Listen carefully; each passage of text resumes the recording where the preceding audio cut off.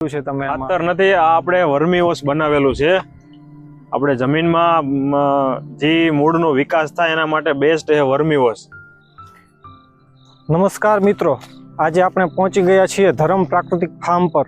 તો અહીં વરિયાળીની ખેતી કરવામાં આવે છે.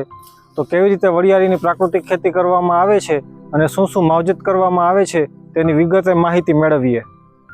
મનીષભાઈ, સૌપ્રથમ દર્શક મિત્રોને તમારું નામ જણાવો.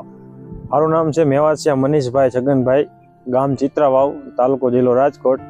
મોબાઈલ નંબર છે 99784 29861. મનીષભાઈ, આપણે કેટલા વર્ષથી પ્રાકૃતિક ખેતી કરી છે? પ્રાકૃતિક ખેતી આપણે છેલ્લા 5 વર્ષથી કરી છીએ અને વધુ પડતો આપણે વરિયાળી જ વાવી છીએ. વરિયાળી છેલ્લા 10 વર્ષથી આપણે વાવી છીએ. બરોબર. મનીષભાઈ, કોઈ મિત્રોને વરિયાળીની ખેતી કરવી હોય તો કેવી રીતે શરૂઆત કરવી જોઈએ? વરિયાળીની ખેતી આપણે ને માંડવી કાઢી અને પછી વાવી છીએ. 5 મહિનાનો મોલ છે અને સૌપ્રથમ માંડવી કાઢી અને આપણે સાસ નાખી અને પછી વરિયાળીનું વાવેતર કરી દઈએ છીએ આપણે. બરોબર. આમાં વરિયાળીની ખેતીમાં શું શું માવજત કરવી પડે? વરિયાળીમાં આપણે પ્રાકૃતિક ખેતી કરી છે ને એમાં આપણે દર 15 દિવસે આપણે જીવામૃત આપણે પાણી સાથે પાઈ છીએ અને આંકડાનો બોરો બનાવીને એ આપણે 15-20 દિવસે છંટકાવ કરીએ છીએ. આપણે વરિયાળીમાં ફાલ આવવા ટાણે શું માવજત કરવી પડે?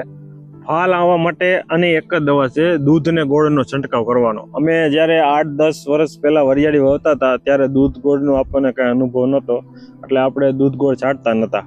પછી આપણને માહિતી મળી એટલે આપણે દૂધ ગોળનો છંટકાવ ચાલુ કર્યો ને પછી એમાં જો અત્યારે એક ડાળીમાં કેટલી બધી ડાળીઓ આવે ને એ દૂધ ગોળના છંટકાવના કારણે જ આવે છે અત્યારે, અને બહુ વધુ ફાલ આવે દૂધ ગોળના કારણે જ આવે છે અને રિઝલ્ટ બહુ સારું મળે આપણને.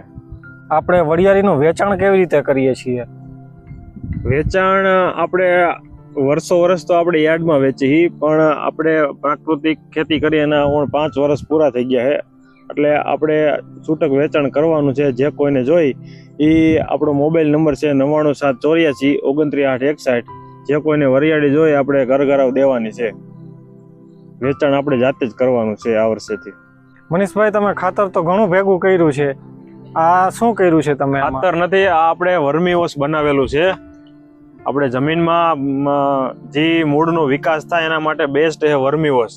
આમાં આપણી ગાયું છે, ગાયુંમાં જે ગૌમૂત્ર ને છાણ ને બધું ભેગું કરી આની માથે નાખી છે આપણે, અને આમાં પછી એક લીમડાનો થર કરી, એક આંકડાનો થર કરી, એક સીતાફળીના પાનનો થર કરી, પછી આની માથે જે આપણે વેસ્ટ બધું હોય એ બધું આમાં નાખતા જાય, નિંદામણ નાશક હોય એ બધું આમાં નાખતા જાય છે અને પછી કમ્પ્લીટ તૈયાર થાય એટલે જો આપણે અહીંથી આમ આવે છે આ પ્યોર વર્મી વોશ જ છે.